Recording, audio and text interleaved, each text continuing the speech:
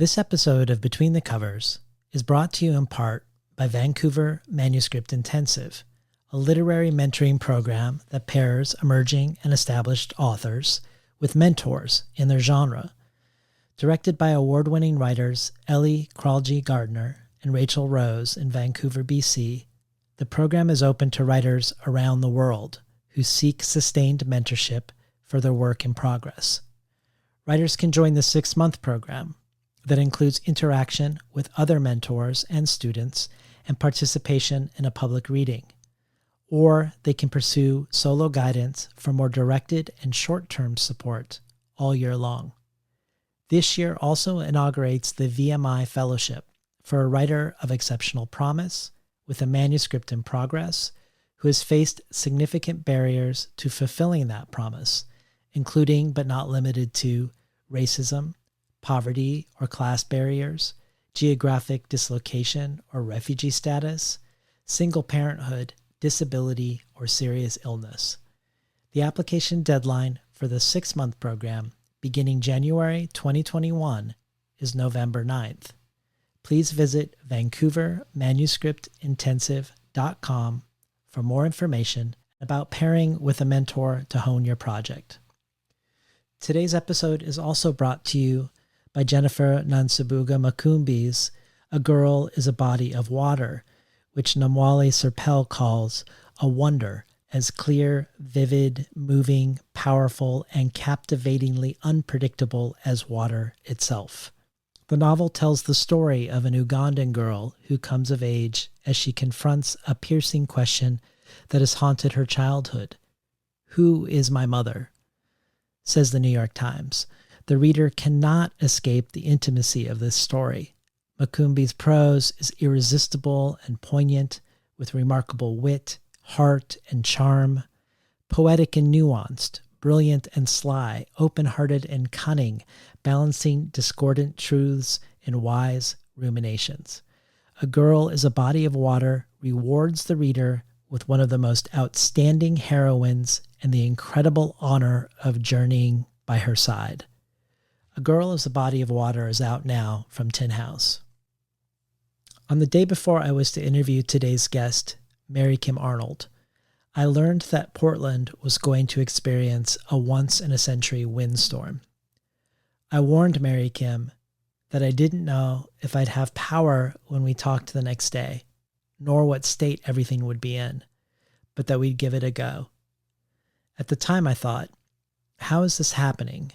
A windstorm like no one alive has ever experienced in the state, on top of the 100 days of protest, the occupation of the city by federal troops, with both local and federal police targeting journalists and medics and pulling protesters into unmarked cars. All of that on top of a global pandemic that was finishing up its 6th month of citywide shutdown.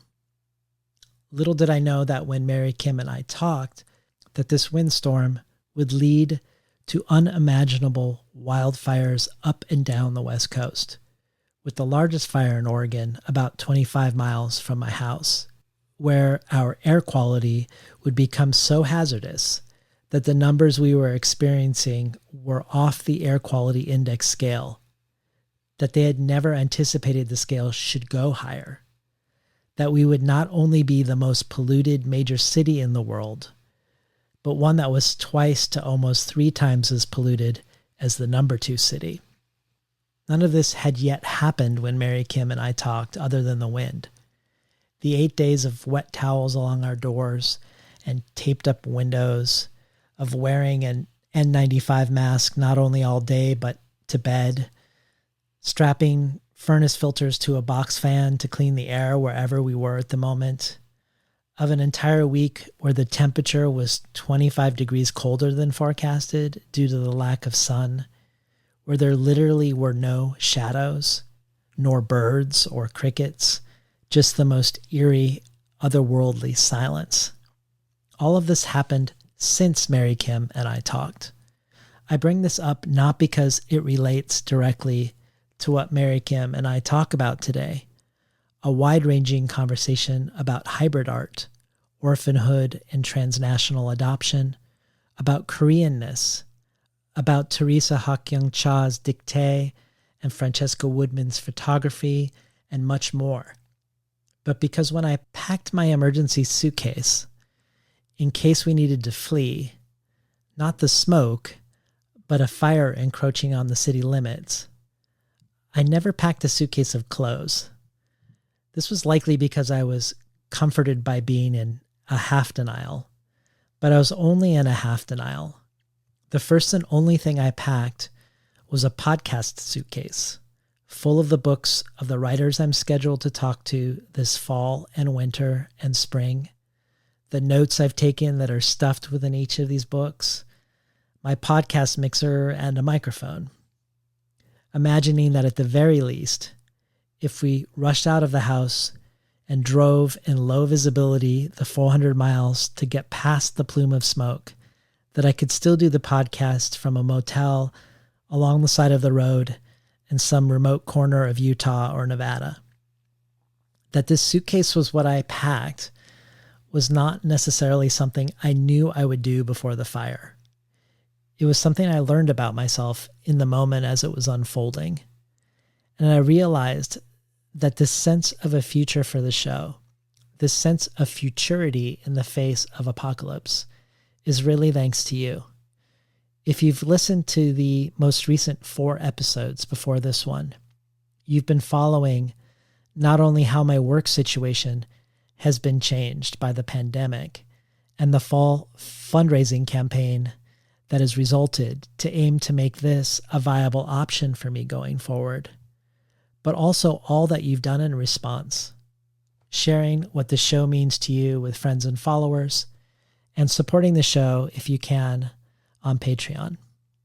Between the Covers is well on its way to moving the percentage of listeners who are also supporters from between 1 and 2% to between 2 and 3% by the end of the year.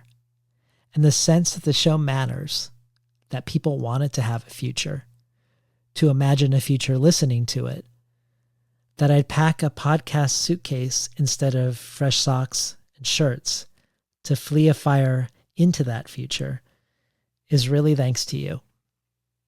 If you're interested in finding out how to join a dynamic community of listener supporters, you can find out more at patreon.com/betweenthecovers.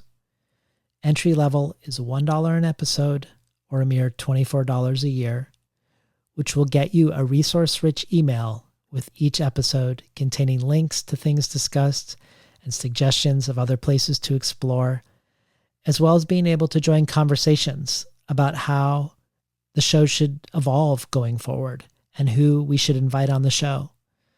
There's also a ton of available Tin House merchandise, from prints to tote bags to books. And you can also consider subscribing to the ever-growing bonus audio archive, where today's guest, Mary Kim Arnold, adds a discussion and a reading of works by the 2 authors who are behind her epigraphs, Fareed Matuk and Viet Thanh Nguyen. Again, you can find out more at patreon.com/betweenthecovers. And now for today's conversation with the poet and hybrid and multimedia artist, Mary Kim Arnold.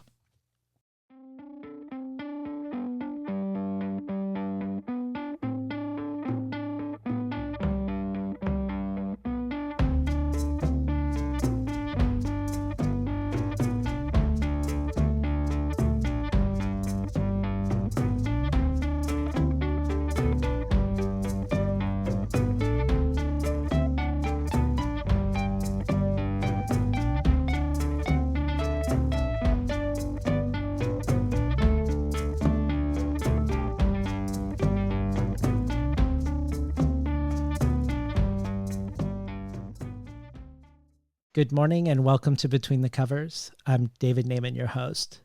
Today's guest is the cross-genre writer and artist, a writer of poetry, prose, hybrid, and multimedia works, Mary Kim Arnold. Arnold has a BA in English and American Literature and an MFA in Fiction from Brown University. She also has an MFA in Poetry from the Vermont College of Fine Arts. After working in the world of nonprofit administration, most notably as director of the Rhode Island Council of Humanities, Arnold now teaches in the nonfiction writing program at Brown and in the Newport MFA Low Residency program. Arnold succeeded Roxane Gay as the essays editor at the Rumpus and now serves on their advisory board. She is also the special projects editor for Essay Press, and she co-chairs the board of directors for the feminist art collective, The Dirt Palace. Her work has appeared in Conjunctions, The Georgia Review, Hyperallergic, Tupelo Quarterly, and elsewhere. She is also the author of several early touchstone pieces of hypertext fiction, hosted at Eastgate Systems, and for a time played bass in the band Working. Mary Kim Arnold is the author of Litany for the Long Moment, a book-length experimental memoir, an extended lyric essay, and a work of image text about her failed search for her Korean birth mother. Litany for the Long Moment was winner of the 2016 Essay Press Prize, honored by the Asian Pacific American Librarians Association, named a Best of 2018 by Entropy magazine, included in the NPR Code Switch 2018 book guide, and was a finalist for the 2018 Chautauqua Janus Prize for Formal and Aesthetic Innovation. She's also the author of the chapbook from Artifact Press, Between Night and Night, and was co-editor of the anthology Mixed Korean Our Stories. Mary Kim Arnold is here today on Between the Covers to talk about her latest book, her poetry collection from Noemi Press called The Fish and the Dove. A Rumpus Poetry Book Club selection, Publishers Weekly says in its starred review, The Fish and the Dove interrogates identity and received modes of storytelling. A series of linked lyric pieces unfolds into fragments and visual experiments with grayscale, palimpsest, and erasure. For Arnold, the question of who has the agency to chronicle and erase history looms. Arnold proves as self-aware as she is subtle, gesturing to the performative quality of her language and reminding the reader of its politically charged intent. This book is a rare achievement, and Arnold an exciting voice in contemporary poetry. Brandon Shimoda adds, the shadow cast by the reflection and the feeling of looking into a mirror at oneself, not only with one's own eyes, but with the eyes of another, especially the compounded eyes of many uninvited others, all threatening to disappear but not leave, is long, bottomless, and engulfing. And yet in it exists the fish and the dove, and the vigilant, avenging poetics of Saint Mary Kim Arnold. I feel, reading this liberatory book, the shattering of that precarious mirror, and in the reconstitution of its shards, the reclamation of the life, the lives it held under, faring forward. Finally, Diana Khoi Nguyen says, in The Fish and the Dove, Mary Kim Arnold's lyrical scope sweeps across intersecting terrains, moving through time to capture the history of occupation and the legacy of war in Korea through the delicate tethers between biological mother, adoptive mother, motherland, and daughter, and through the permeable membranes which exist between person and place.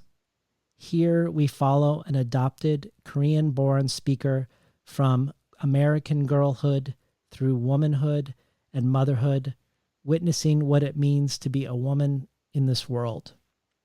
No war is forgotten to those who lived through it, Arnold writes, and with this fiercely tender offering, she lays bare multiple wars, ones between countries, in memory, within a family, as well as the ones between women and men. Through persona and self-portraiture, as well as found language, Arnold has masterfully crafted a searing account of personal history, unflinchingly situated within fraught contexts. Time is a robe stitched through with ash that Arnold keeps trying to shake off, and it is an astonishing sight to behold. Welcome to Between the Covers, Mary Kim Arnold. Thank you so much for having me, David. So when I think about this introduction and look over your career, one that includes poetry and prose, image text, hypertext, video, visual art with both fabric and Korean papermaking techniques, it's obvious to me that there's something that attracts you to cross-genre and multimedia creations. And it turns out you've actually thought and written a lot about this, about hybrid art, both within the books themselves, but also in essays outside of them. So I was hoping maybe we could start with the form for you, if you consider it a form. If you could speak to hybridity and why you're drawn to creating works that either are sitting in between a space or in a space of dialogue between different things. I think of myself as a hybrid creature in many ways, and I think even in my professional life, I've often sat at the interstitial places between institutions and organizations. And, in terms of the work itself, I often think that the categories are not so much about the way the work or the creative impulse arises, but a way to talk about it after it's done. And most often that's in a certain way to like market it or describe it. And so I often talk with my students about like it's maybe not as important to think about those things in the creation of it, but to sort of follow the impulse and to leave it open to experiment. I think the other piece of it in terms of my own practice is that I find that I will deal with a lot of the same subject matter or a lot of related subject matter in different forms, mostly as a way to constantly test it, to get at something maybe that's truer or different or more nuanced or more complicated. I think of the practice as just a series of experiments, and I'm really interested in seeing what changes between and among forms. Well, in your essay, Leave the Bodies on the Ground, Notes on Form, where you write about different notions of hybridity, you talk about how it was when the writer Carol Meso, who was your teacher, that it was when she gave you Teresa Ha Kyung Cha's dictee that your interest in hybridity found a name. So I was hoping maybe you could talk to us a little bit about Teresa Ha Kyung Cha's dictee and her as a figure, an artist in general, but also in the ways in which you feel like you found whether a lineage or a way to orient yourself to history of the work that you yourself felt compelled to do. Yeah, sure. So I guess I should say too that when I was doing the program in fiction, creative nonfiction, or nonfiction the way we sort of think about it now, the essay the way we think about it now wasn't really a genre in the way it is named now, at least not in institutional settings. And so fiction seemed like an appropriate home for what I was doing because it seemed like it could accommodate a lot of experimentation, and particularly at Brown and the teachers that I had worked with. Dictee, I was writing a lot of fragments and having a lot of trouble developing an overarching narrative, telling a straightforward story. And when I saw Dictee, just first of all, just the book itself, the way it looked as a book, it was so revelatory because it seemed to capture some of the energy that I was trying to get at in my own work, that these sort of stops and starts, these bits of information that were brought together from different sources. I think Dictee was the first work by a Korean American woman that I had encountered in my entire career. And this was in graduate school. And, that in itself, I think, is telling about, my own exposure. And it made a lot seem possible. So it made addressing the gaps and silences in Koreanness, in my own experience of Koreanness, my own understanding of Koreanness, seem like it was possible to include in a work. It made fragments seem possible. It made certain kinds of juxtapositions and resistances, a sort of rejecting of closure, keeping something open-ended. That was all incredibly compelling to me. And then, of course, Cha's own story as a Korean American immigrant who, her family first settled in the Bay Area, and she went to a Catholic school and learned French dictation, all of which had resonance for my own experience, my high school French classes and my Catholic school upbringing. So there seemed to be these resonances as well.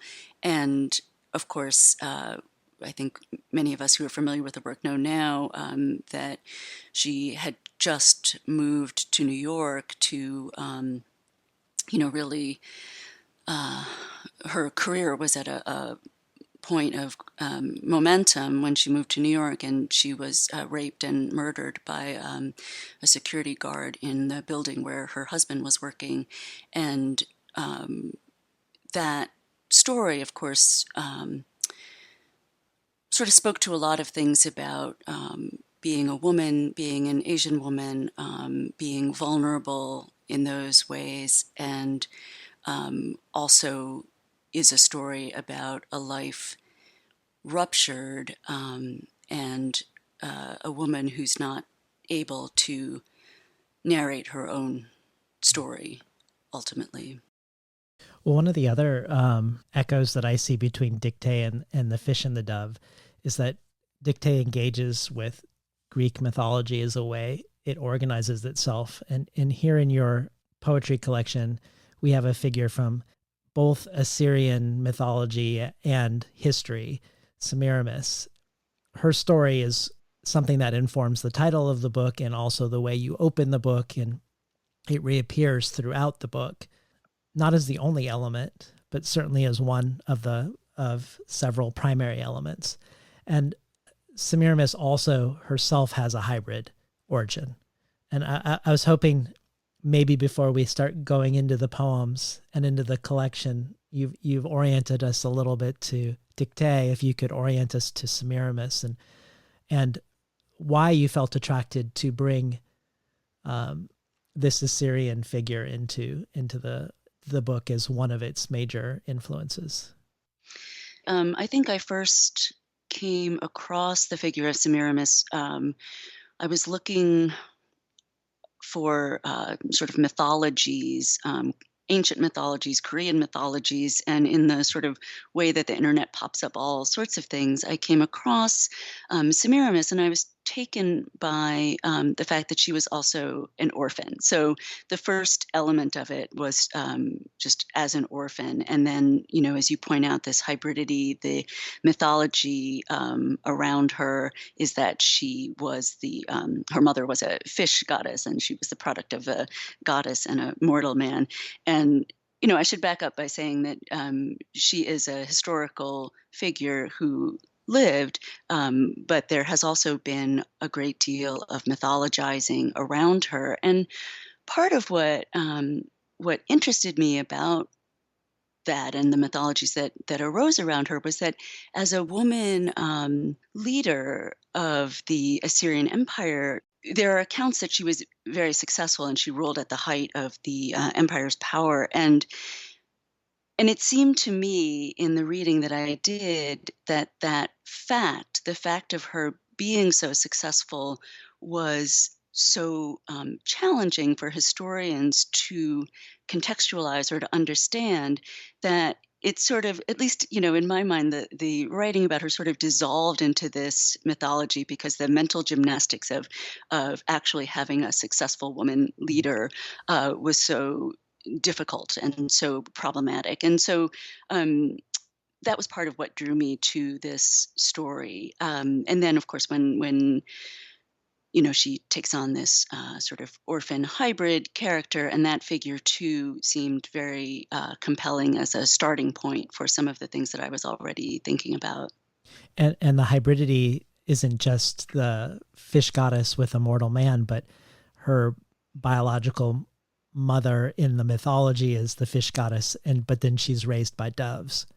Right. Right? Yes. So we have another level of sort of hybrid identity there too. Could we hear? I was hoping we could hear self-portrait as Semiramis, and then if you're open to it, follow that with legacy. Sure. Self-portrait as Semiramis. Had I been raised by doves, wouldn't I have learned to fly? By wolves to hunt in packs? Had I been raised by gods, wouldn't I too be godlike? In the movies, the orphan is the killer, not loved enough, unwanted. But wasn't I most wanted? My mother, fish goddess, dove into the sea for the sin of loving a mortal man. I love a mortal man too. At night I coax him from sleep, rousing him with my mouth. By day we build high brick walls around us, our Babylon.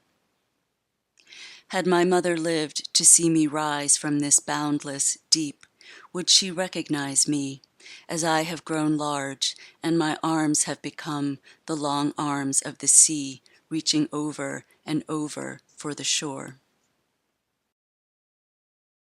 And this is legacy. It was not my choice to skin rabbits, to let their blood drain over me. This is something that nobles do, and I am descended from a long line of royalty. We fear no armies of men. Rabbit blood is warm and thin. I was fully clothed when I began the rabbit ritual, then disrobed in accordance with tradition. Rabbit slaughter naked in the dim light, white fur stained red, pale skin streaked red, red pools on the marble floors. I bathe in red. Did I mention that I am of the noble class? You probably have noticed this already. Wasn't I beautiful in my untouched youth, before I bled? But now my hands, my hair, have you ever seen so much red? You see, my father is ill, his heart is weak. I bring him tea, he does not drink. I mash ripe figs with a spoon and press the thick paste to his lips. With the same spoon I gouge out rabbit eyes and tell him, Father, they are all blind now. I show him the spoon, their eyes, my hands. He nods his head beneath its heavy crown. My father's bed is the altar where we gather, all the blind rabbits and me. We know the men are advancing. We can hear them sharpening steel. When they reach us, I will throw myself naked across the body of my dead father, and they will see us, and they will know from what nobility we have descended. Been listening to Mary Kim Arnold read from The Fish and the Dove. So is this second poem, Legacy, inspired by the short story by Kanai Mieko, Rabbits? Yes. Can you tell us about that story and how it's finding its place in the collection? Yeah, so it's a story that I read as a student, as an undergrad, and it haunted me. There are just these moments that sort of stay with me from art and literature. And this was just one of those moments. I couldn't shake this idea of this girl who, so her father is a hunter and he hunts rabbits, and the rest of the family is really kind of disgusted and repulsed by his hunting rituals. And then he cooks the rabbits. But this girl, his daughter, develops this real fondness for their rituals. And so these eating rituals become more and more elaborate over time and more sort of excessive in the way they prepare and the number of rabbits they kill. And she decides one day that she wants to understand what it's like to be a rabbit and wants to have this empathy.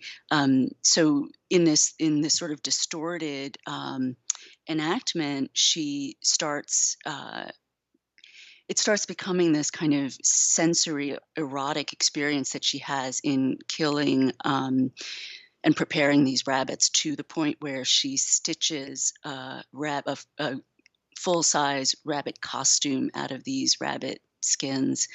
And it's just very horrifying, the whole thing. Uh, Yeah, but the way the girl in the story creates sort of like a human-sized rabbit uh, suit for herself to seduce her father, it made me think of a couple things from the Semiramis myth, or maybe not even the myth. It sounds mythological, but I read that when she wanted to conquer India, she built an army of false elephants by draping these manipulated skins of right. dark-skinned buffaloes over her camels. So she had buffalo skins over her camels to give the impression that she was invading with elephants. But then also Semiramis rises to power in the first place when her husband, the king, dies by Right. disguising herself as her own son to trick her husband's army that she's the rightful leader of the army. And she Mhm, ultimately mhm. becomes the leader of the army in history and in mythology. But this first move is one, a sort of adopting the skin of another. And you have this line in Silence, all the girls wore men's clothes because they didn't want to get raped.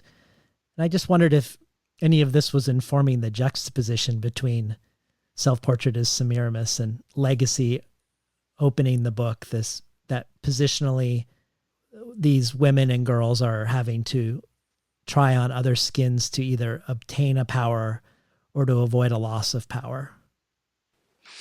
Yeah, I love that, reading of it. I think and that is definitely part of what underpins it. I think also I was thinking about that taking on, uh, the role or the skins, which is related as a performative idea, performing both. And I think that for me arises from the notion of adoptee, of transnational adoptee. So there's a certain way that I'm performing Americanness, I'm performing this, the role of this daughter. So I definitely was thinking about the distance, the sort of emotional and psychic distance required for that kind of performance. And I guess the other thing that maybe I was thinking about as well in each of those examples was inheritance and, legacy, obviously, and the ways that we take on these roles because of what came before. Whether or not, in most cases we don't have any control over it, but we're left with, and so what do you do with what you're left with, was also a sort of idea at play, I think. Well, in your book, Litany for the Long Moment, which is also very deeply engaged with the question of Koreanness for you, it nevertheless also has an organizing figure that isn't Korean or Korean American. The American white photographer Francesca Woodman, whose work I also adore. And you've said that her presence sits a little awkwardly in the book, given the book's primary concerns. But you could also say the same about the presence of an Assyrian queen in The Fish and the Dove, or the Greek mythology and Teresa Hakyung Cha's Dictée. All those books very deeply engaged with this question of Koreanness. So all of that made me wonder if what you called awkwardness in one interview, if something about this awkwardness is in and of itself important. If having something break what would have been a possibly more hermetic or more symmetrical approach, if something about maybe a seeming disjunction or interruption is beneficial to that investigation of Koreanness for you, Hmm. or how you would see the way she brings in French language and Greek mythology into Dictée. I think in a way this comes back to your earlier question about hybridity and your invoking of that essay, the leave the bodies on the ground. There's something about revealing one's influences in their diversity and complexity, and you know, um, and perhaps even misinterpretation or miscontextualization, that seems really important and valuable to me. There seems to be something very true about me as a, sort of with my own, flawed subjectivity, pulling on all of these things to try to either claim them or juxtapose them or make meaning from disparate elements.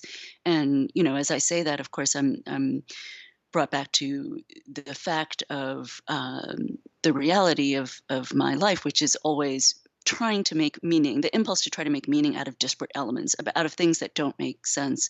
But I think there's something very, at least to my mind, there's something maybe generous about revealing all of one's false starts, all of one's influences, even if they don't give the influence like full rendering, but that they come together in this way, and maybe inspire or form new attempts at meaning or new collisions that can somehow be productive. Well, I'd love it if you would talk a little bit about the stories embedded within the Korean language itself, which you've also written about, because in the little I know about it, it feels like there's both a sense of having to try on the skins of others and the sense of an awkward foreign presence, the presence of both erasure and occupation in the language to contend with. And I think of this both for Korea in relationship to other nations and in relationship to other languages, but also within Korean culture, the way Korean women find access and agency through the way the Korean alphabet is developed. And I was hoping maybe you could talk a little bit about some of the ways you engaged with, or some of the things you discovered and then wrote about around the evolution of Korean. Maybe the most notable thing that was really interesting to me in the writing of Litany was this idea that it was called women's script because there was something more intuitive about, or easier to use in the Korean alphabet than the Chinese characters that had been used by among the literate. So this ease of use meant that women, I think I mentioned that it was referred to as women's script. In the first context of that, it was said dismissively, as only women will use it. But what I read was that how women often ended up using it to pass on stories of domestic life to their daughters, which I thought was just this really beautiful idea that a way they could share their own experience of what it means to be a woman was through this language, and that this was a kind of generosity, a passing along, another form of legacy and inheritance. And I've lost the train of the question. Well, I was just thinking about, what you say specifically that prior to the quote unquote women's script, before that, it was mostly men using Korean that employed Chinese letters. Right. But then I was also thinking about the way Korean was outlawed by the Japanese, not only the speaking of Korean, but even having your own name in Korean. You adopted a Japanese name. I don't know if you saw the Alexander Chi article recently in the New York Times as part of the World War II recollection. But I haven't seen it yet. It's really good. And he talks about, one of the things he talks about is how his grandfather still dreams in Japanese. To think about the way the colonization has gone so deeply that it's in your dreams many decades later. It just feels somehow like all of these layerings, the fact that at one point Korean's using Chinese letters, and then when it moves to create its own written script, it creates an entry point for women, and then the erasure of spoken Korean after that. Mm-hmm. Mm-hmm. I don't know, like somehow that felt very connected to to the skins. I might be stretching it too much, but what it makes me think about, and maybe this is a continuation of the thought that you're starting, is when I was reading about language sort of loss and acquisition in the context of adoptees, there was a study that suggested that when I think if I'm recalling this correctly, it was specifically in adoptees that the children will tend to learn, young children will tend to learn the language, the dominant language of, the culture into which they're adopted very quickly. And this is related, of course, to survival, right? They need to be able to communicate in this language. And because their native language is so infrequently maintained in the adoptive family, that they lose it very quickly. They lose all recollection of it, all traces of it very quickly. And that seems to be related to, I think, what you're raising about the power relationship between languages. I know that the poet and translator Don Miche talks about the relationship of Korean to English, and I think about that sometimes, the sort of obliteration of Korean in these different contexts. And I don't know if maybe this is a stretch for me, but I have often thought that silencing of a language for Koreans who lived through the occupation, and the loss of Korean, in my experience, that there's some resonance there, and that's an element perhaps of Koreanness that, in my attempt to claim Koreanness, that might be some echo of a shared experience. Could you introduce us to Demilitarized Zone and read it for us? You brought up some questions around power and language that I want to connect to this poem. Yeah, so it started with a trip that I actually made to the DMZ on that trip that I talk about in Litany for the Long Moment. And it really came from this form that we were required to fill out that, is basically like, well, we won't protect you. These are all the rules. You're taking your life in your hands, basically. And it just sort of struck me as an artifact in a lot of ways. But then it became this poem. Demilitarized Zone. What rises against the sky, steel-girded, cocksure, what slices the gray air is government-sanctioned. The village is just a village, is just. We take the bus to the border. The tour guide hands out forms and we sign them, promising not to point our cameras in the wrong direction. See, here is how you will recognize what side you are on. See, here is how you will know where you belong. As if history's frayed threads aren't unraveling. As if the ground beneath us isn't bones and blood. Who was taken during the war? Whose small bones? Who was not loyal enough? In the Battle of Whales, the backs of shrimp are broken. Later, an armed guard boards our bus and seizes our cameras. Film in black ribbons unspooling at his feet. Image of a woman's face. Image of corded telephone and fax machine. Image of an armed guard boarding our bus. The tour guide says they are only trying to protect us as we idle on the bridge of no return. But we are not asking for much. What I mean is mother tongue and father country. What I mean is let us finish what they started. I've been listening to Mary Kim Arnold read from The Fish and the Dove from Noemi Press.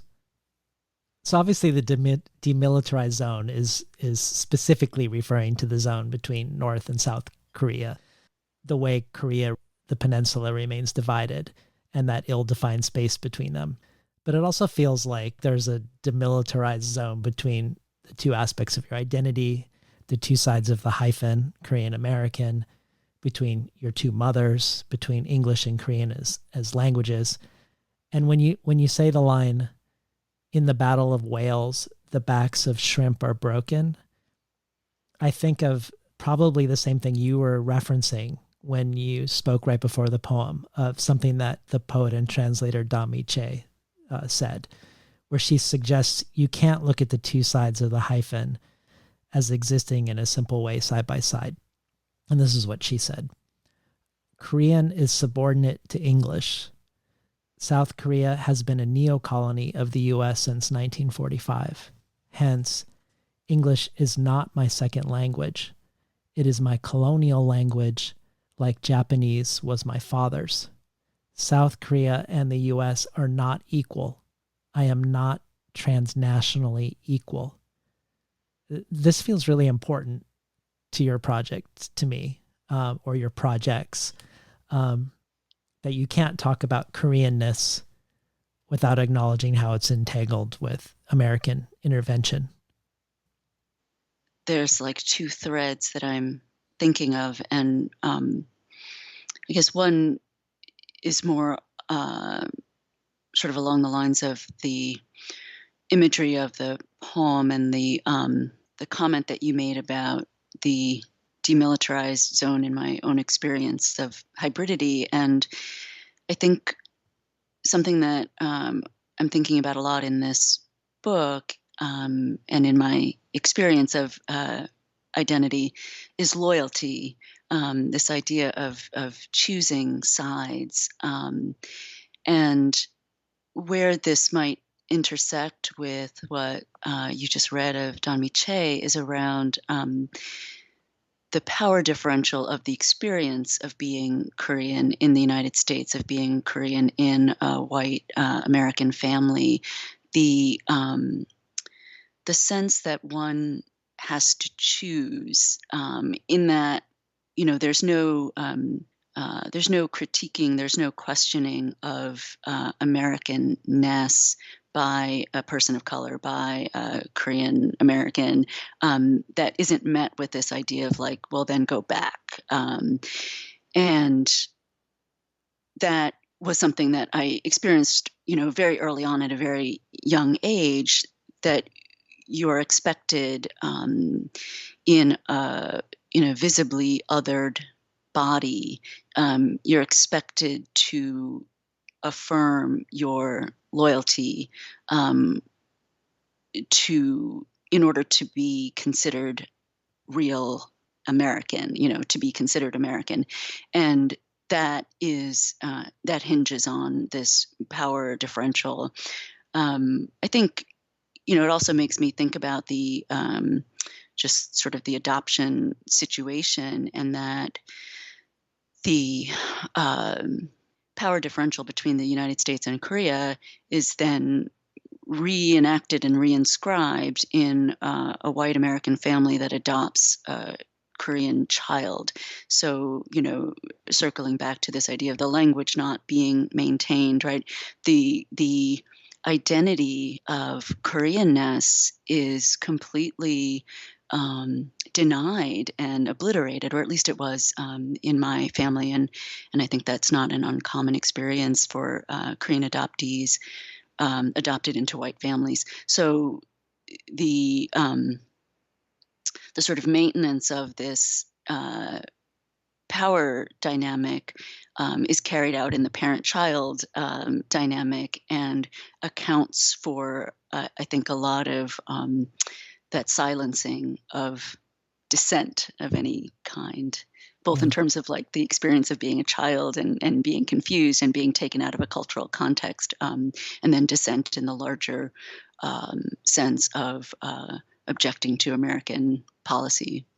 Well, that's what I so love about this collection is, first we get the brilliant Dami Che quote where she's taking what's going on in a political scenario and bringing it into language, and into Korean American identity because of that. But then you're taking that also, you're doing that as well, but you're taking that into this power dynamic around adoption and orphanhood.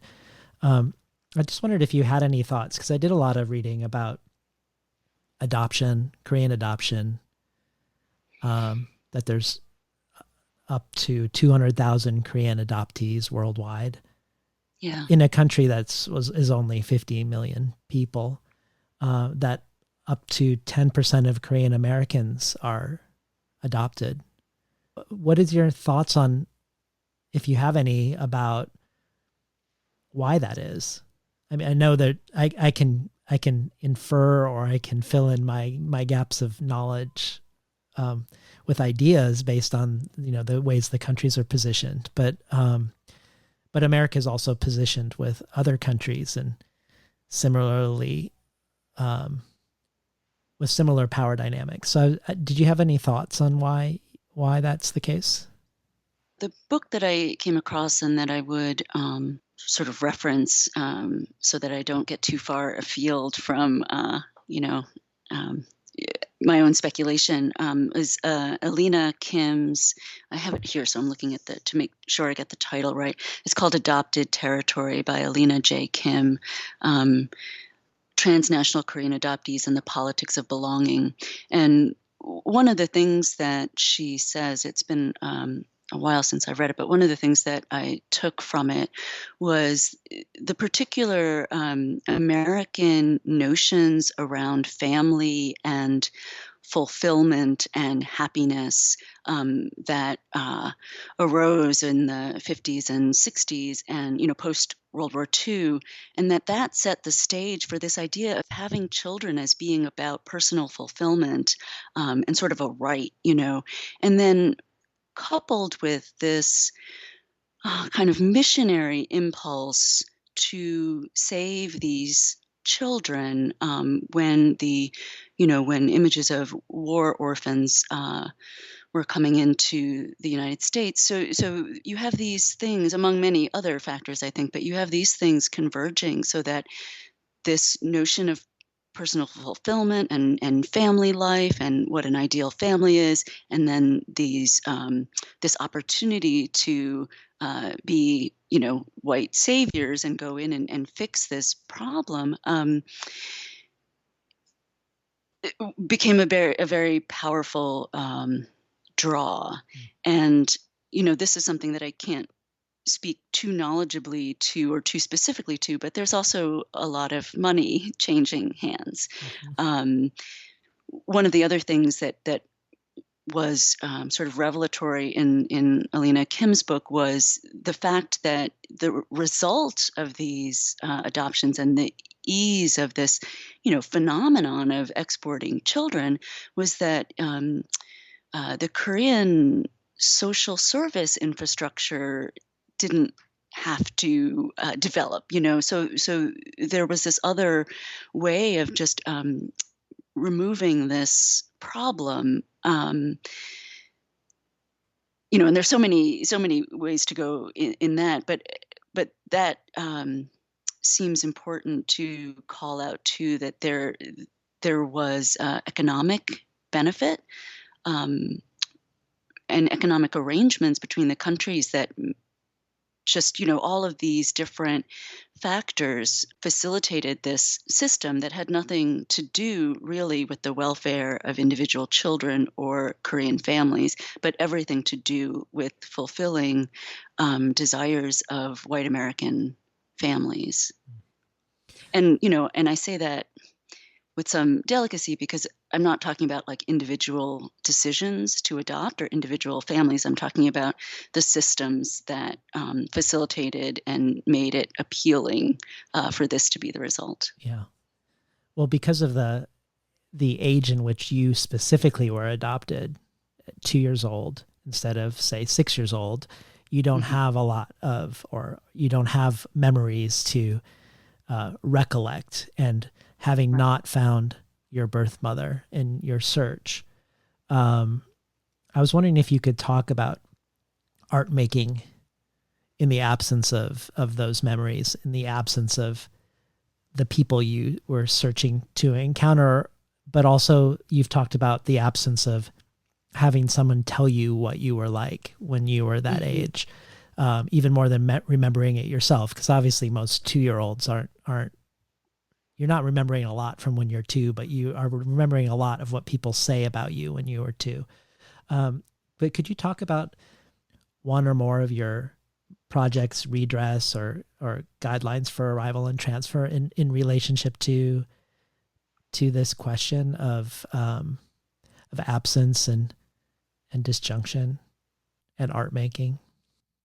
Yeah, so the redress project that you're referring to is I came in. I came. Somebody had dressed me in many layers. It was probably all of the clothing that I had, and one of the articles of clothing was this little simple dress. And at a certain point in the writing of Litany for the Long Moment, I realized that I had lost this dress, and after a while of being kind of distressed about that, I thought, well, what if I tried to remake it? So much of what I'm trying to do in my writing, or I was trying to do in that book, was claiming a lineage or claiming something where it didn't fully exist. And so that idea that, well, I can make this myself and see, through an art practice and see what that feels like. So I made, and you mentioned before 200,000 Korean adoptees, and this was a number that it's just really hard to get your head around. So I tried to imagine. I think a lot of what I'm trying to do in my writing and my artwork is just trying to foreground individual lives, because it's really easy to talk about numbers, but underneath all those numbers and abstract language, there are individual lives. And so I was trying to get a sense of, how might one represent those individual lives. And so I settled on one dress for every 1,000 to represent Korean adoptees. And I handmade these dresses, these 200 dresses, for specific installation a couple years ago. And the memory that you're referring to, the memory tag, each dress had a memory tag on it because, as you said, there was something about not just the fact that I didn't have memories, but that, as I was raising my own children, a real intimacy was being able to share with them what they were like, what we treasured about those early years. And that was something that felt like a real loss for adoptees. So I had this idea that I wanted this installation to have some points of entry for people viewing it. And so what I came up with was, would people be willing to share a cherished memory that we could symbolically redress these adoptees with some sort of memory. And this would be a way for viewers to make a personal connection with these individual lives as well. Yeah. In this line of thought, I also wondered that in one of your essays about hybridity, you say, hybridity is a formal response to the threat of annihilation as an erasure, silencing, abnegation. And later in the same essay, hybridity in the face of uncertainty bears it, holds it up to the light. And I don't think you were speaking specifically to the irresolvable gap due to adoption, but it certainly feels like these aspects of hybrid work, like these projects you just mentioned, but also just how you approach orphanhood and adoption from many different vantage points: poetry, prose, image, fabric, visiting Korea, taking classes in Korean, feels like a way of holding up uncertainty to the light, bearing the uncertainty, illuminating the uncertainty. I didn't know if that felt true to you, if there's something useful about multiple modes, shifting and crossing forms as a way to get as many angles as possible on something. Yeah, for sure. And I think that I really appreciate that reference to holding it up to the light in the context of the dresses, because I think there is something about sort of making the difficulty explicit and also inviting others in. So part of what bearing it in that reference to me means is naming it, showing it, and maybe, just maybe asking others to help bear it. And that was something that could happen in the installation that couldn't really happen in the same way in the text, in the book, which was more sort of closed off and ended, so that there was a different way that I could bear it, the different way that these challenges, difficulties, these ruptures could be held up to the light in the physical form and in the space that people moved through. And it was moving and helpful in ways that I hadn't anticipated. It was, I hesitate to use the word healing, but there was a shared sense of holding complexity as a result of that installation. People shared, really joyful memories of their children and of their own childhood, but also really difficult ones. This one woman had written that the dresses reminded her of losing her child, her first child, as an infant.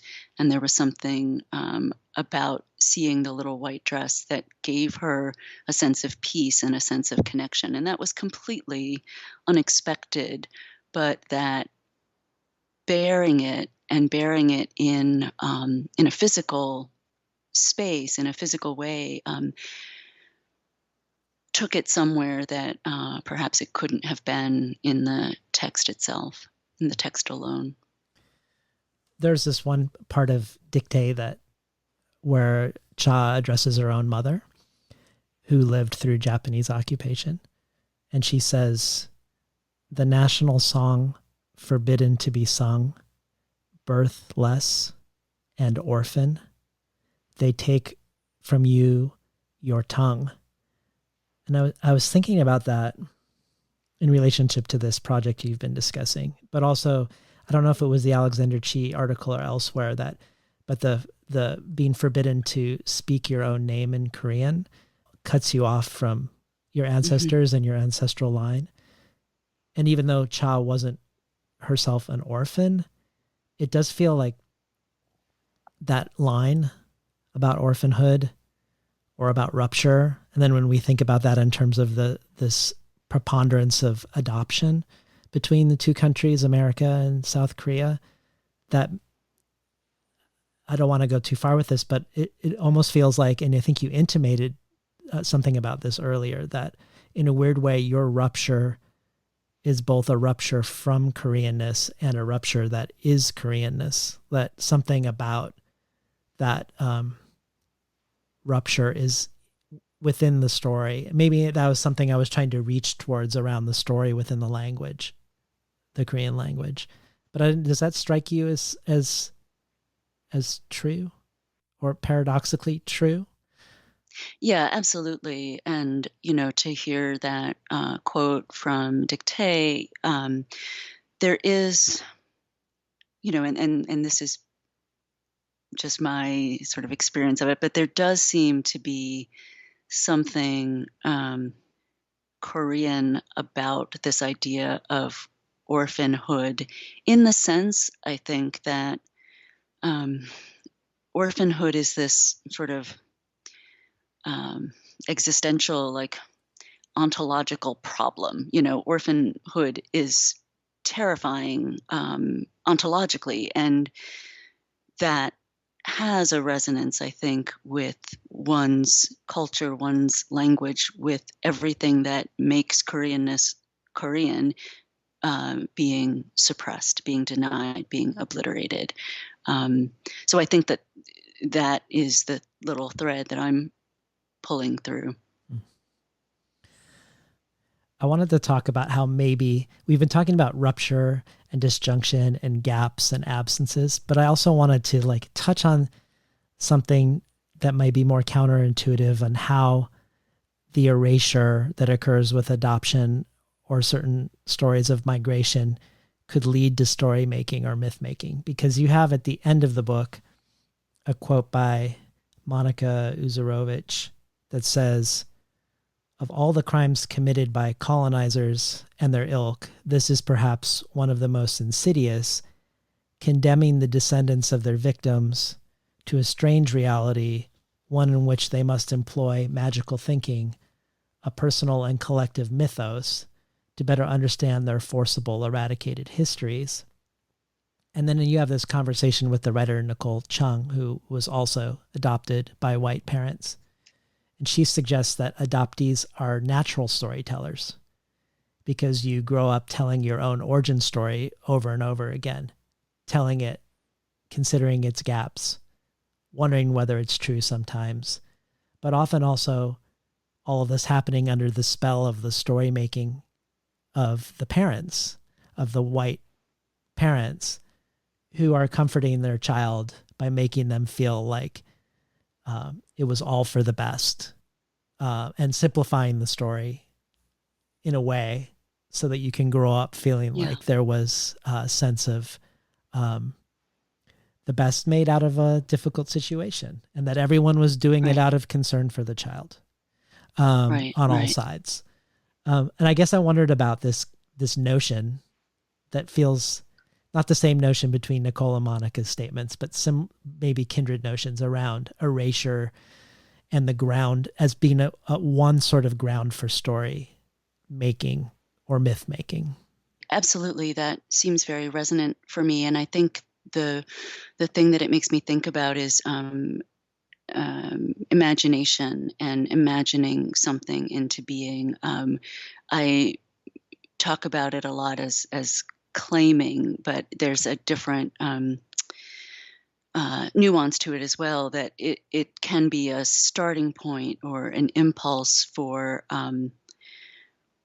voice, for imaginative inquiry, for possibility. The site of the wound can also be a site of imaginative um,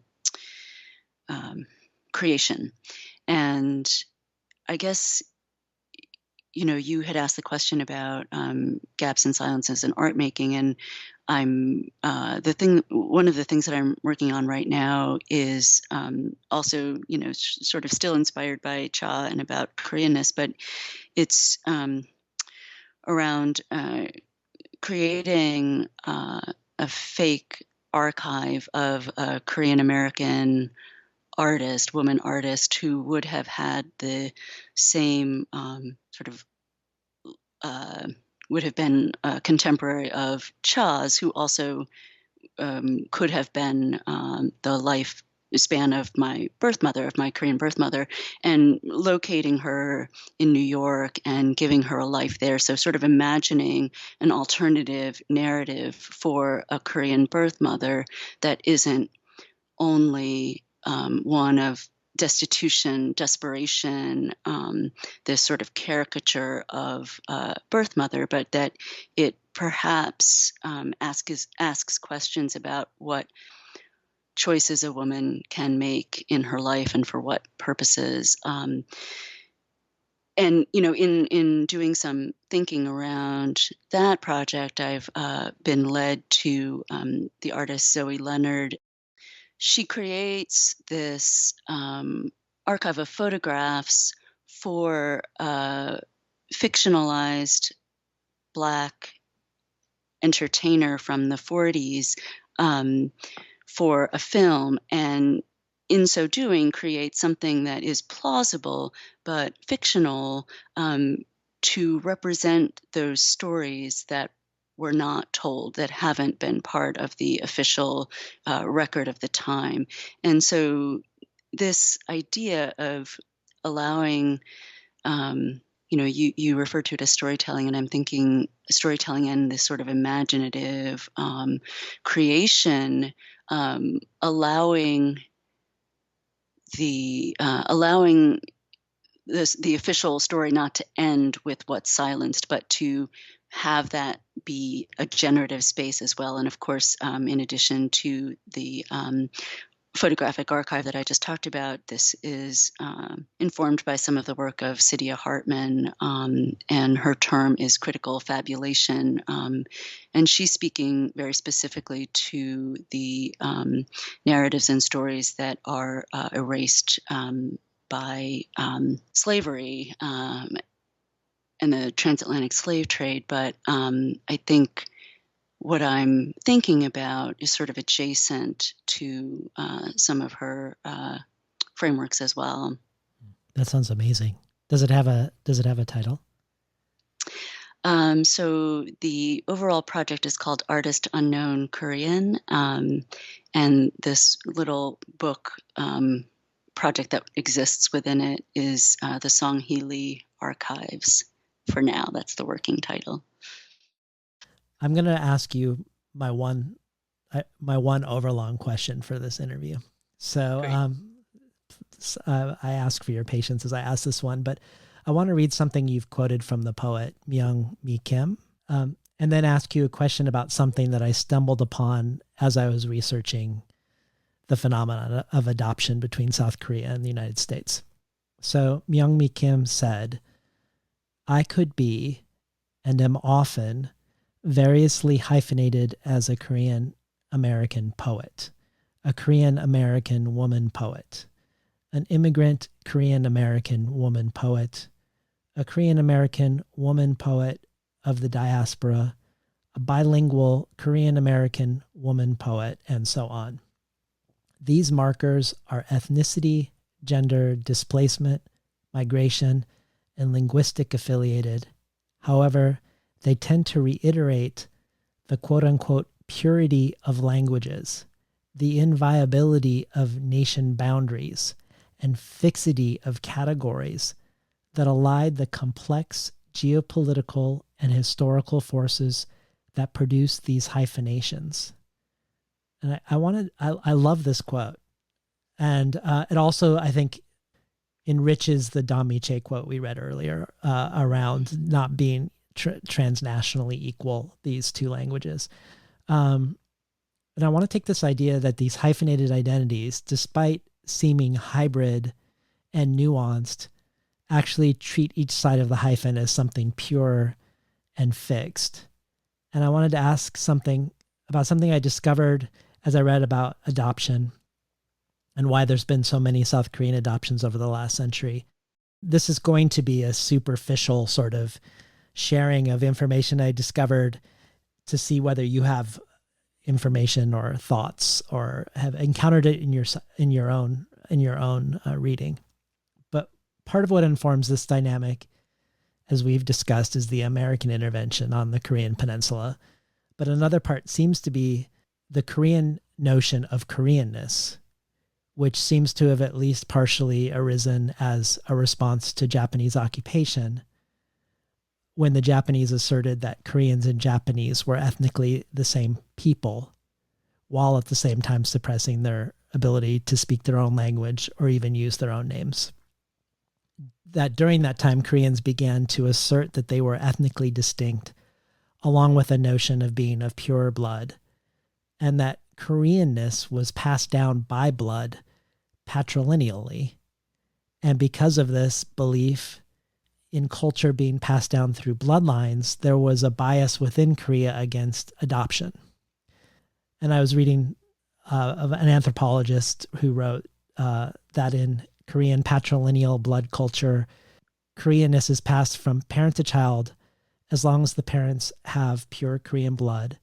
And this transference of Koreanness is especially notable when the Korean father gives his pure Korean blood to his Korean child.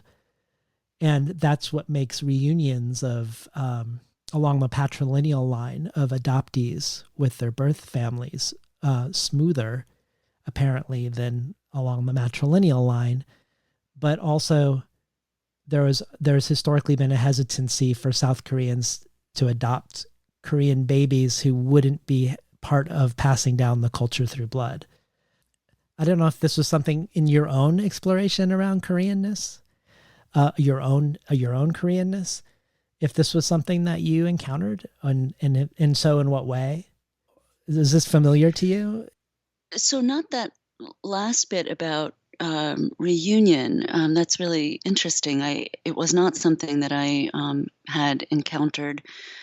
I did have some sense of the importance of patrilineal lineage, and these books that I think I reference in Litany, these books of these lineage books called Chokpo, that trace generation after generation and keep these records, as among the most important records of a family. So that I had encountered, and in encountering that as an adoptee, there was a sense of sort of insult to injury, right? That then the orphan child is completely erased from any sort of lineage recording as well. So that seemed to be sort of doubly wounding. But I hadn't encountered that, and I don't know. I don't know that I can speak to too many reunions for which I would know whether that had carried out. Unfortunately, I'm sorry to say. No, but I was also just more broadly curious about this sense of being of an ethnically distinct group, the assertion of it being an ethnically distinct group of people that informs their way of viewing the phenomenon of adoption at all. It does make me think about, some of what we were talking about earlier in the sort of social infrastructure. I don't know which cause or effect there, but a reluctance to facilitate those adoptions within Korea, whether it was, in terms of sort of institutional infrastructure based on, some of the characteristics that you're pointing out. But it does make me think about the social conditions in a different way as well. The other thing that I discovered along this question around gender also is that, and I don't think that obviously this isn't unique to Korea, but a stigma around unwed mothers. Sure, right. That if you were an unwed mother in South Korea, somehow that was connected in these discussions around patrilineal Koreanness. That was an extra stigma against you. I do think that misogyny in Korea, in traditional Korean culture, that is real, and so I don't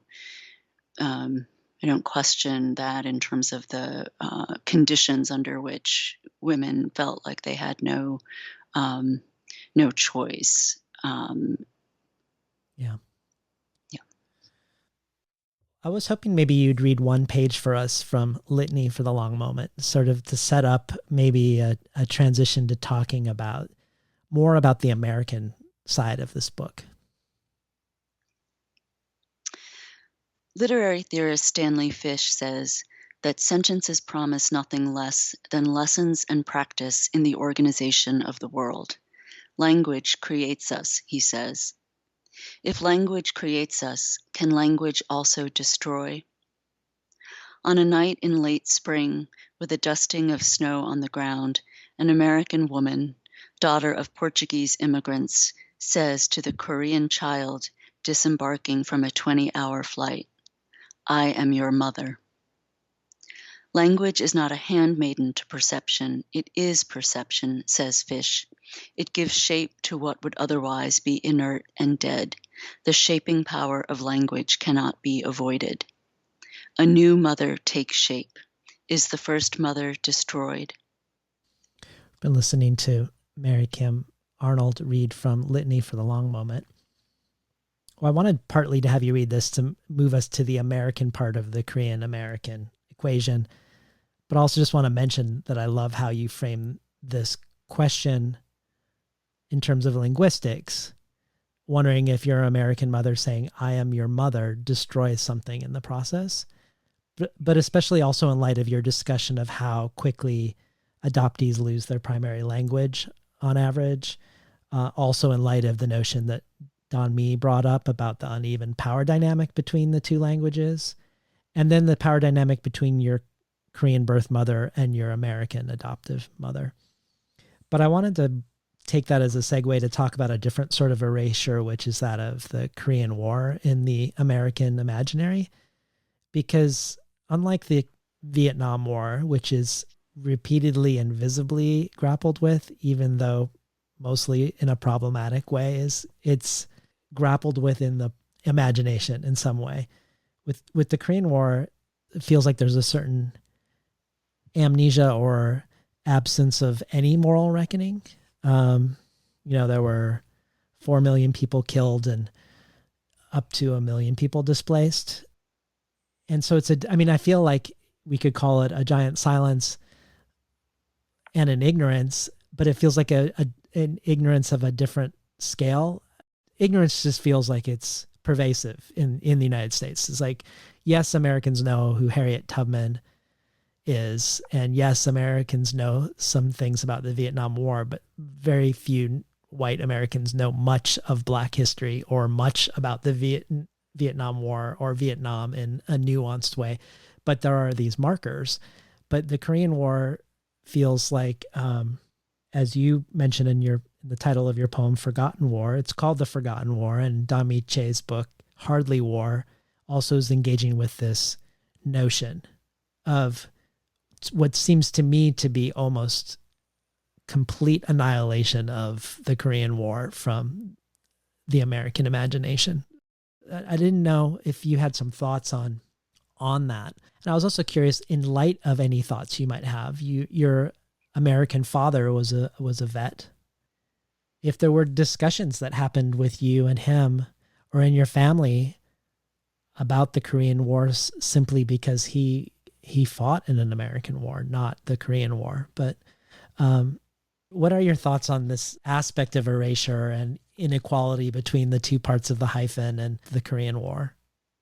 Yeah, so I'll start with the easiest part first, which is there were no conversations in my family about the Korean War, about my father's time in the war, or even decisively what war. I think I have learned from my aunt, in more recent years that it was World War II that he fought in, and I don't know whether he actually saw combat, but mostly anything about Korea, anything about war, was a huge and sort of aggressive silence, I think, in my family. So I had no context or capacities to kind of grapple with that, at least as a younger person.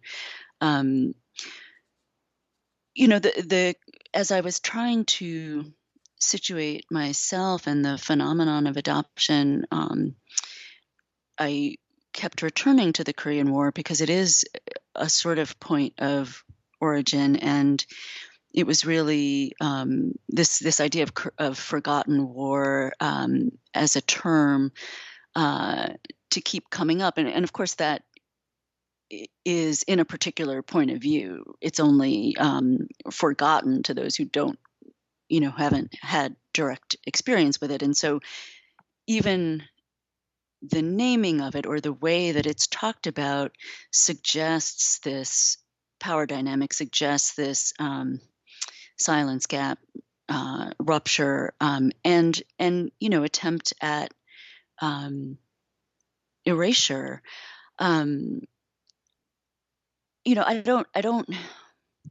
not really sure how to talk about this except to say that in in the films that I was watching about it, in the reading that I was doing about it, most of what I had, of course, was stories of American veterans, of perspectives of military engagement, these maps and diagrams and descriptions of battles, all of which, and strategy, discussions of strategy, all of which really just sort of obliterated the impact on civilians. And this is a war in which the majority of the deaths were of civilians. And that in itself seems like something that, seems particularly American to want to forget. The quote that's sort of rattling around in my head at the moment, I think it was in relation to the Battle of Nogon Ri, and it was something like, all Koreans, North and South, look the same to the Americans. And I'm not even sure where to go with that, but that, I think, that speaks to the desire, the American desire to want to forget, to focus on a few key battles, to focus on the military strategy of the Incheon landing, of MacArthur, of MASH, which I haven't actually seen. But I think all of that speaks to a desire to tell a simplistic story, to pick up on the thread that you were talking about, this simplistic story of, this limited police action, this. I don't even think that story is being told, even of that. Like, I'm thinking of police action. Well, I'm guessing that most people are hearing even that for the first time. Yeah. Like, is story making of any I mean, if you look, obviously there's story making around the Korean War if you look for it. But if you walk around, you're gonna know about the movie Platoon and the new Spike Lee movie to Five Bloods. You're gonna have these, however problematic, cultural markers for Vietnam and what it meant for the American psyche. But I wonder about whether anyone has any markers, even the claim that it was a limited police action rather than a war. Yeah. If that's news to the average American. Yeah, that's really interesting. I guess I, having done the reading I've done, I assume that many have. But yeah, that there was something about my reading about the Korean War that I came away with sort of reaffirmation of that American overconfidence. We're going to go in with a limited police action, Truman called it. And, this was in the invasion by the North Koreans into the South was in June of 1950. And, I think the thought then was, we'll be home by Christmas or something, that it was very short-term intervention. And of course, it went on for 3 years and it's still not officially ended. The other sort of notable thing that I came away with, and I'm hesitant to say this again, and you can maybe fill in if there are things that I'm missing that you know of, but in what I understand of it, in the sort of military strategies that I've been able to kind of glean and follow of what happened, all of the major cities of the Korean peninsula were basically destroyed. Seoul was captured and recaptured 3 or 4 times, I think. The battles took place all up and down the peninsula and really just decimated the cities. And all of the civilians, of course, had to flee and were often, trapped behind these battle lines, and which really resulted in these horrifying killings of civilians. I'm just going to pause there because I feel like I'm getting into territory that's a little over my head. Okay. I'm not quite sure how to pull out a complete thought. Yeah. Well, I was hoping in light of this discussion about war and the legacy of war, you could talk about Cento for Trust and Reconciliation, and then the final piece in the permanent collection, which feel like they're dealing with the legacy of war, particularly the latter poem, which is the most formally adventurous poem in the book. And I would love to hear your thoughts on it and the ways it's looking at what seems like the ways in which it's looking at museums as an extension or somehow an extension of the legacy of war themselves. I mean, there's a couple things coming together, I think, in those last pieces that you reference. I guess I have to start with a little bit of a story. I was at the Seattle Art Museum in the early 90s, and I came across this exhibition of East Asian lacquers. And for some reason, I saved the exhibition catalog and have referred to it because there were a lot of beautiful photographs in it. But the thing that I want to mention is that it went through with a couple pages describing each of the different traditions in lacquer production tradition in Japan and China. And when it came to Korea, there was only like a very brief paragraph and maybe less than a page of images from this particular exhibition. And the text was something like, much of Korean art has been destroyed as a result of centuries of invasion and warfare. And that was sort of it. And it really struck me, and I guess I should back up by saying, if this wasn't already clear, that I grew up with a real hunger for Koreanness, to see anything Korean, to read Korean authors, to sort of any markers of Korean culture. And in the time that I was growing up, there was really, Chinese was known, Japanese was known through restaurants and through Pearl Harbor, respectively. And but Korean wasn't even known. Like the word Korea sometimes would bring people up short. So there was this sense of general absence of Koreanness. So I had this hunger for representations of Koreanness, and then to come across this exhibition where I thought there would be something to kind of hold on to, and then to be confronted with this relatively dismissive, brief description of what Korean art was or wasn't, has really stayed with me. And more recently, I was working with someone at the RISD Museum and I had asked a question about the Korean collection, of which I had heard that they had quite an extensive one. And this very kind staff person printed me, pages and pages of these Korean objects that they had in the collection. And with the exception, there were maybe like 1,100 objects documented, and with the exception of maybe the most recent 20, they were all these sort of more ancient artifacts, and like a spoon or a shoe or something, and they were all listed as of unknown provenance. And this was resonant for me for lots of reasons, some of which you can probably surmise about, adoption and being taken out of cultural context. All of which is to say, it made me really think about, how does a museum have what it has? What is the process by which objects are brought into a museum? And if a museum is, and it is, a kind of legitimizing institution, what do we then know about the way its collected items are framed and described? And so this language of Korean art is not available, centuries of warfare, which of course, represents just centuries and lives and loss. And so the use of that language really struck me.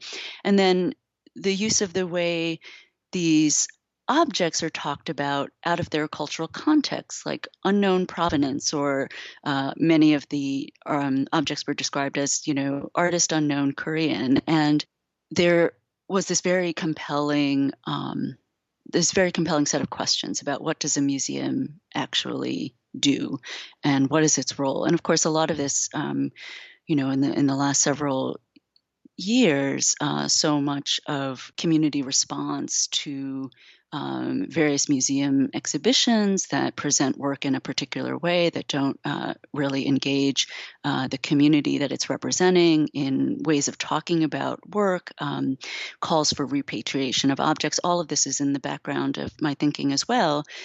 And so there's a certain way that I would wander into museums, which are these, sort of sacred spaces, and we know how they're presented and positioned and the way we're supposed to feel about the preservation and presentation of these objects. And there was a certain point where it just all seemed like it was a glorified tomb, one that we were not really facing in any real way. And an earlier version of this poem had, somebody writing a grant proposal, and the proposal was to dig up the ground underneath a gallery and find the bodies buried there, which is a little overblown, but that was the way I started feeling about museums, which Yeah. was very difficult for me because I love seeing art. Well, the poem is incredible. And in the foreground, you have these quote unquote adopted items lifted out of context, given this sort of inscrutable non-specificity to them. Mm-hmm. Not demanding us to engage with anything about history as we view them, really, except in the most simple way. But in the background, you have the opposite. You have an enormous amount of specificity, a lot of words from documents. What are we reading when we move our eyes away from the centered object in these poems and look at the words that are behind the object? Yeah, so that is all text from the Truth and Reconciliation Commission report. And it is, it's a very long report, and this is just a section from it around the exhumations of these massacre sites. And the objects are objects that have been exhumed from these sites. And these were atrocities that the South Korean state perpetrated against their own citizens who were suspected of communist sympathies. And so I wanted to just kind of bring both the sort of scale, you described it as lots of words, and it was just sort of the scale and the relentlessness of these objects, of these massacres. There was something that I wanted to put up against the sterility of an object talked about and framed in this very particular way, that to just kind of call into question how institutional language, how and what it obscures. You've said before that The Fish and the Dove is about war in the literal sense, and we see that both with poems that engage with the forgotten war, the quote unquote forgotten war, with specific battles, with the legacy of war in the museum setting, and with the Truth and Reconciliation Commission. But you've also said it is about how being in all male spaces as a woman has felt like a kind of battle, requiring constant vigilance and preparation. And that feels like a big part of this book too. The battle of, at the beginning, literally the battle of Semiramis to become queen and lead her army. But that battle coming in this book also to growing up as a woman in the United States. And the book opens with two epigraphs, both about war, and perhaps not coincidentally both by men. So we start in a all-male space of engagement with war. So I was hoping we could talk about women in both of these contexts, women in war, but also the battle women fight in everyday life, since both of those are threads in The Fish and the Dove. But before we do, I was hoping you could introduce and read for us In the City of Men and Comfort. In the City of Men. For a time, I worked in a building adorned with the head of a man. Let's call it the Man's Head Building. And everywhere in the building, one could not escape the heads of men. Men in the elevators, men in the hallways, men in the cafe taking up chairs, men carrying newspapers and briefcases, carrying cups of coffee and soda, men laughing, men shouting, men gesturing with their hands, men in the conference room, men blocking entryways, men at the refrigerator letting the door hang open. Men took their time. One cornered me in the file closet and said, "Oh, you know you want it." One said, "Hey, get me a coffee." And when I glared at him, he said, "I forgot there was a war against men." One said, "Ni hao, wonton soup, egg foo young." One said, "No ticky, no shirty." One said, "Want to take you shopping for a two-piece." One said, "Come with me on my boat." One said, "I'll bet you're great in the sack." Another one agreed. One told me he had been to Korea, said, "You don't know how good you've got it here." He shook his head at me and then turned away. "They don't treat women so good there," he said. And that was, there was something that was actually kind of fun about writing it to just sort of capture the sort of absurdity of, this idea of like men everywhere. I tried to go to sort of cornering and like lingering in these entryways. And I think that, it was really a poem of rage and frustration, and as is perhaps comfort, which is the other poem you suggested. Comfort. I did not learn much about history on my back, pressed against the door of his Japanese car, while the ghosts of our ancestors paced in the parking lot. Did not learn much from his approach. I know your people hate my people, but you are too pretty to be left standing here alone. That night, and nights after, it was not empire we spoke of, not occupation in our mouths. Years later, on a busy street, and then upstairs, he tried to bring it all back, pinned me down on my own floor. There are many ways to remember in a room barely large enough to lay one tatami mat down. And that poem is really, I was thinking about Korean comfort women, and in some of the oral histories I had read of these women who were forced into sexual slavery by the Japanese Imperial Army, I think leading up to and through World War II, that in some of these oral histories, women would describe the rooms that they were confined in as barely large enough to lay one tatami mat down. And that felt like just sort of a bit of an homage to those women.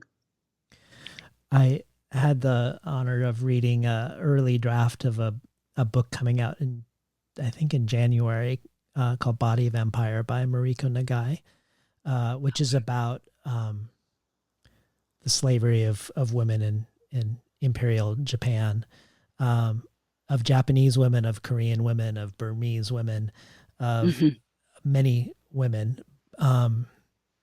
It's probably the most haunting book I've ever read in my life. And a lot of it is alternating testimony between women, comfort women, and men. But one of the things that I think that leapt out to me about that book too is because you move between the space of being a woman in Korea and being a woman in America, is that in that book she also documents how when the Americans come and occupy Japan after the defeat of the Japanese, they just sort of, the American men just sort of slot into the position that the Japanese men had with these women. So they, the Japanese men in a sense are demoted from using the women as slaves, and the American men become sort of it's almost like the men become, it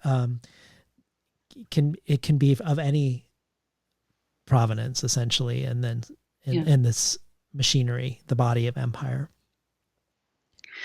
Right. Right. It's one thing that crosses cultures, misogyny. Yeah. Yeah. Well, the other thing I was thinking also about around your dual investigation, Korea and America and misogyny, was also that if we think about the lives of Francesca Woodman and Teresa Ha Kyung Cha, who both died very young, one of suicide and the other being raped and murdered, and then think of Semiramis's mother who kills herself. But I also think of a quote from Litany for the Long Moment from the poet Myung Mi Kim, which I thought was really great. If Korean history is missing from the master narratives of the West, and women are absent from recorded Korean history, the Korean American woman is invisible in both discourses. I don't know if that brings up any thoughts for you, but one thought I would love to hear about that it brings up for me as I read it now is some of the writing you've done around one of the earliest Korean woman writers who wrote a memoir that sort of breaks form for the tradition of Korean writing. But if you had any thoughts about just hearing that quote read back to you also, I'd love to hear those too. I think I wanted to include the, within this context of talking about war, the role of women for a couple different reasons. I think,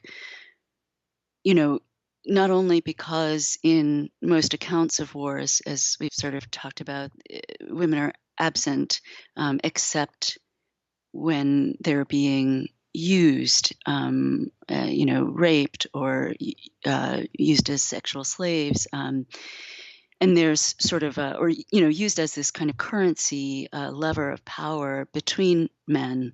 And that for me, sort of harkened back to Semiramis, who in the mythology, there's this way that she's talked about as being the most lascivious of the Oriental queens. I think that's a quote that I encountered somewhere. And, that too is it comes from a male imaginary, right? That you're only there as a body to be used in these ways. And so that, I was thinking about that and the way it intersects with the vulnerability of women. And of course, I don't think we've touched on this yet, but of course, some of this was written in the lead up to the 2016 election, when, not only are we seeing the way a powerful woman is represented and talked about in Hillary Clinton, but also the comments that are, leaked, the recordings that are leaked of what Trump says about women. And then, a couple of years later, the Kavanaugh testimony. So, all of these things too sort of contribute to this question of like, how are women talked about? How are women used? How is girlhood and womanhood, the American aspect of it? How is that just this constant battle for personhood? And to sort of circle back to the mythology around, like women can either be invisible or used sexually, and there's something obviously there's something so flattening about that. But in the case of Semiramis, it was just sort of funny to me that there was no allowance for the complexity of a woman leader, a woman warrior, and all of that nuance, but that she also had to sort of titillate the imaginations of men by being the cruelest, by being the most sexualized, Right. and there was something that felt resonant about that too, just in terms of thinking about what it means to be a woman in contemporary America. I want to bring this back to form again with the hybrid form, because it feels like there's a paradox also there that maybe relates to this question of invisibility and hypervisibility, that it's both a way to break form or to refuse a received form and to create form. Perhaps the way we were discussing how the erasure of orphanhood is a place of absence and fragments, but it's also a place of storytelling and myth making. I think of the notion of the long moment in your book, The Litany for the Long Moment, how in Francesca Woodman's photography, the longer that the shutter is open, the more it takes in. So the longer you're looking, in some ways, the less one sees. The person blurs and becomes transparent until they disappear if you leave the shutter open long enough. And yet something about what she is capturing in the disappearance or in the transparency is so deeply evocative that maybe it feels like it's capturing something more real. And this notion touches on so many different things you've said over the years. For instance, in describing the hypervisibility of growing up Korean with white parents in a white neighborhood, you say, being visible is not the same as being seen. And the long moment also feels connected to something you've said about the word orphanhood, how it is defined by something that is lacking, and how the word adoptee is entirely passive. You become an adoptee due to the actions of others. And you ask the question, can something defined by lack be knowable or speakable? And you also wonder what actions and what agency an adoptee can take. But I sort of feel like the way you create and then inhabit and embody a new form is the answer to these questions. But how do you feel about this question? Do you feel it can be knowable or speakable, something that's defined by lack? Yeah, I mean, I think for me, writing and art making is as close to knowability as I can get. You know, it's the way that I try to make. I think making explicit what is unknowable or unsayable sort of breaks something open a little bit, meaning that it allows a little bit of light in, allows space for other kinds of telling or other kinds of knowing. I think that there are other ways of knowing something too, and so part of what to go back to your early question about moving across forms, I think bodily knowing and sort of claiming as valuable knowledge what's inhabited, what is embodied, is a different kind of knowing from narrative knowing, and so for me, it's been really important to move across those ways of knowing. I'm not sure if that gets at your. It does, but I want to stay with this question of the difference between embodied knowing and narrative knowing, because in a way it feels like what I'm reaching for around this idea of hybrid form breaking things, but also maybe also making a new body or a new or a new vessel, one that more reflects the person who's doing the breaking and making. I guess I wanted to hear your thoughts about linguistic embodiment, but also why you think there's this distinct focus in the work of Therese Ha-Kyung Cha, and also to some extent Myung Mi Kim, of not only the physicality of the Korean language, but the physical and anatomical requirements of making the sounds that form Korean speech. You say in Litany two things that leap out to me. One, I am struck by the difficulty of saying one thing, but wanting to say something else. And two, that Korean is a physical language modeled around the mouth and its anatomy.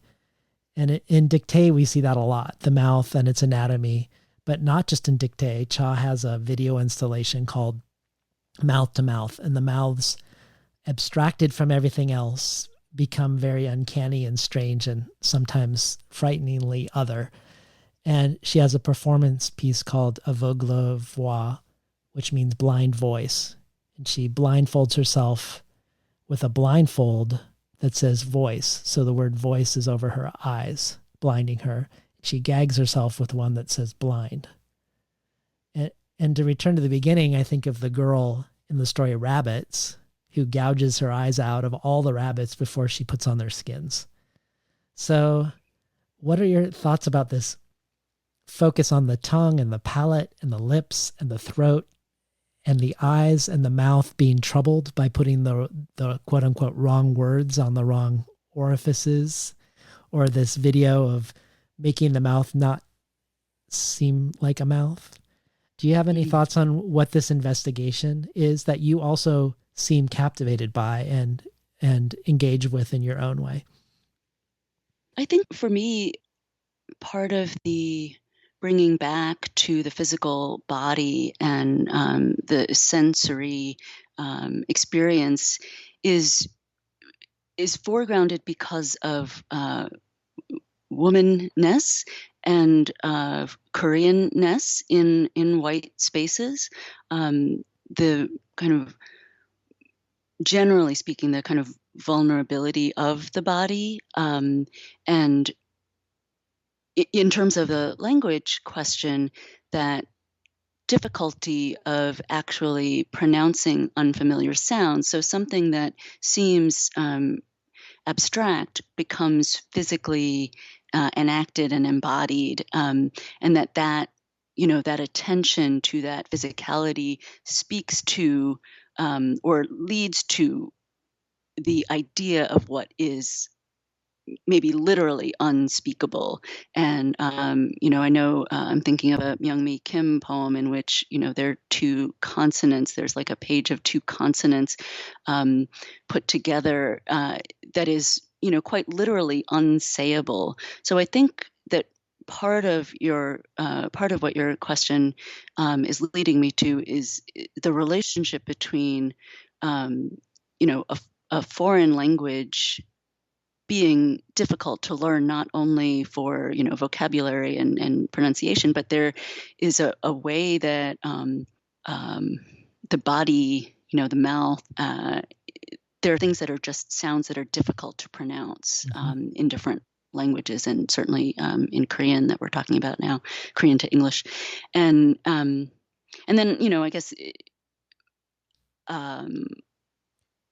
otherwise, just also thinking about the visibility of the body of a woman, of a Korean American woman, of a young woman. I was thinking a lot about that too, just about the way a woman's body is marked. I know you're asking something about form that I'm trying to find my way back to. Well, let me ask you about one of the things I quoted of yours, where you say that Korean is a physical language modeled around the mouth and its anatomy. Is there something particular? You've talked about how, of course, the unfamiliar sounds in any language, but is there something particularly about Korean that makes it more modeled around the anatomy of the mouth than the average language? Well, I think this was something that I came across in like a Korean language workbook, that there were these images of how the shape of the letters were actually meant to mimic or reference the shape that the mouth took, or the organs that were, the way the tongue hit the teeth. And I think there's an image in dictée and an image from a language workbook in Litany that sort of shows that the shape of the letters correspond to something that that the sound, the way the mouth has to form to make the sound. Yeah, that's amazing. I love that. Yeah, yeah. Sophia Samatar has an essay about the short story Rabbits that we talked about at the beginning, where she says that the story is about becoming a writer. And she quotes a line from it that goes, "So long as writing, including the act of not writing, is writing, then perhaps inevitably writing is my fate, which I just love that line. And I wanted to end with your writing across books, because your books in a way feel like they're part of the same body, or if not, that they birth each other into being in some way. For instance, you said that a lot of the war reading you did for Litany for the Long Moment became the soil from which the Fish and the Dove arose, and that your chapbook Between Night and Night were once love poems meant to be in the Fish and the Dove that you removed and collected in a separate project. So just wanted to hear any thoughts you had about the interbook connection. And if you could talk to us about that, and also perhaps what you're working on now a little bit more. You've tipped your hat on that a little bit, tipped your hand, I mean, a little bit on that. But what the questions that are animating your work at the moment too. One way to talk about that chapbook, just to circle back to the poetry collection for a minute, is that the initial impulse to include it was around asking or trying to imagine women being allowed to be known in all of their roles and complexities. I worried that I always worry that there's a danger when talking about violence inflicted on women, whether directly or obliquely, referencing that you're sort of reharming, doing harm again, and so part of the impulse to include this series of love poems was around, like, what if a woman was allowed to be in all fullness, in all aspects of that experience? So that is one thing that then I do think of all of my work as speaking to each other. I love what you said about it, books birthing each other, and really all the things that I'm working on right now have Koreanness, have identity, have womanhood, the legacy of war, intergenerational trauma. All of that is the soil from which everything that I'm interested in arises. Brokenness, hybridity, creating new forms, and I think it took me a while to want to be able to acknowledge that, but it is my experience. And probably, I think Mary Ruefle talks about the lifelong sentence, which the way she talks about it, I take to mean that you're working with the same thing in various ways over the course of a creative life. And that really resonates for me, in that everything that I'm working on is connected to other projects. I mentioned the archive project, and that will involve, so the book will come out of writing about these archival objects that I'm creating. So it will be fabric collages and paper collages, as if they were this artist's. But I'm also working on a novel. I always have to laugh when, because everybody's working on a novel, but I am actually been working on this novel for a long time, that is about war reenactors, and about trying to reconnect with a missing father. So to get back to maybe where we started, the idea of war reenactors is so fascinating to me, because it's this attempt to perform, it's this performance of memory, and so complicated. So, my family, like the relationships with my family and the way they have carried the traumas that they've both inherited and inflicted, and the way we, as Americans, grapple with our own kind of reckoning of the legacy of war, and with this paradox between wanting to hold close to a pure sense of identity, while also reckoning with the past. All of those things really feed those feel like life's work questions, and I want to keep circling them for as long as I'm doing anything creative, I guess. Yeah. Well, I can't wait for that novel. Me too. There wasn't one poem that seemed like the obvious poem to end with. So I was going to suggest Self-Portrait as Praying Mantis, Abandoned Korean Daughter, but I didn't know if that was a strange place to end. Do you have any thoughts on a last poem to read? I would be happy to read that. I'll just explain that it came from this. I don't even remember. Like the years, you just collect these little bits of glint in your head, and I had read something about praying mantis. Nymphs, they're called, and that when they're born, they resemble adults. So not all creatures, when they're born, resemble adults. And this was really interesting to me in the context, again, of adoption. And I was writing a series of self-portrait poems, and this is what came from that. Self-portrait as praying mantis, abandoned Korean daughter.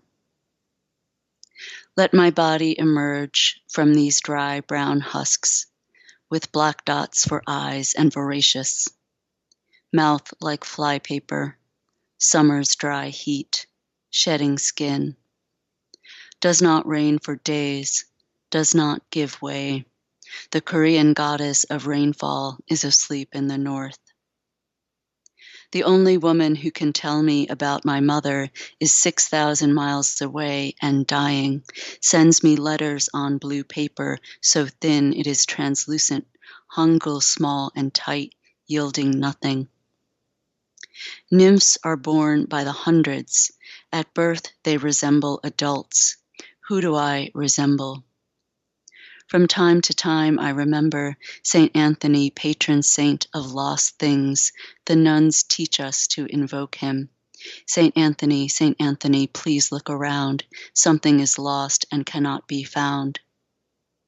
Ask the woman for a name, for one word or two that will describe my mother, but my letters come back unanswered.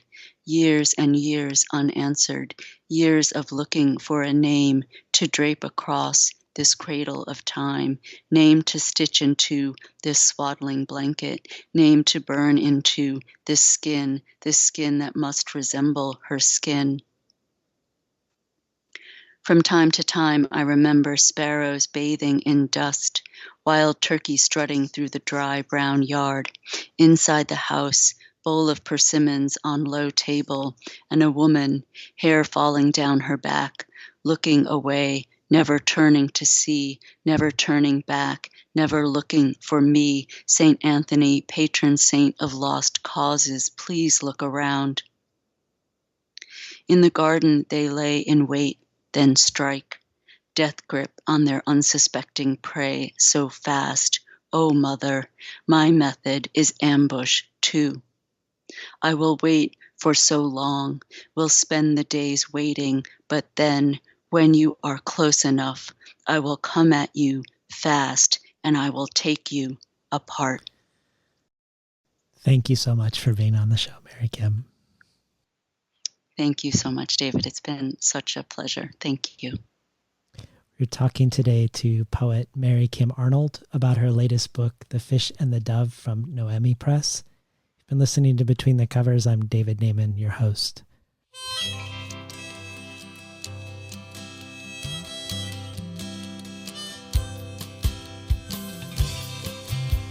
Today's program was not recorded at the studios of KBOO, but at the volunteer-powered, non-commercial, listener-sponsored, full-strength, makeshift home office of me, David Naiman.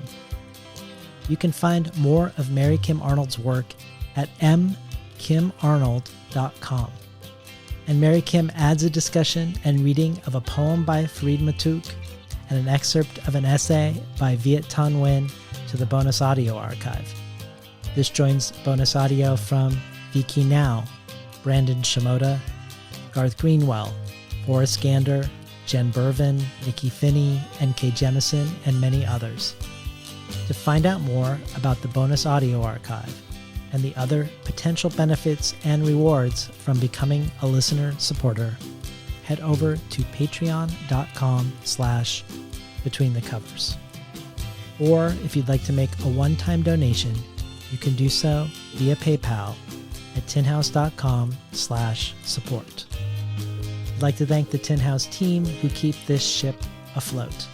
Elizabeth DeMeo and Elisa Ogi in the book division, Jacob Valla in the art department, Yashwina Cantor in publicity, and Lance Cleland, the director of the summer and winter Tin House Writers Workshops. Finally, I'd like to thank Imre Lodbrog and Barbara Browning for creating the outro. Their album, Imre Lodbrog is Sapatita Me, can be found on iTunes. Barbara Browning's trove of ukulele covers can be found at soundcloud.com/Barbara Browning.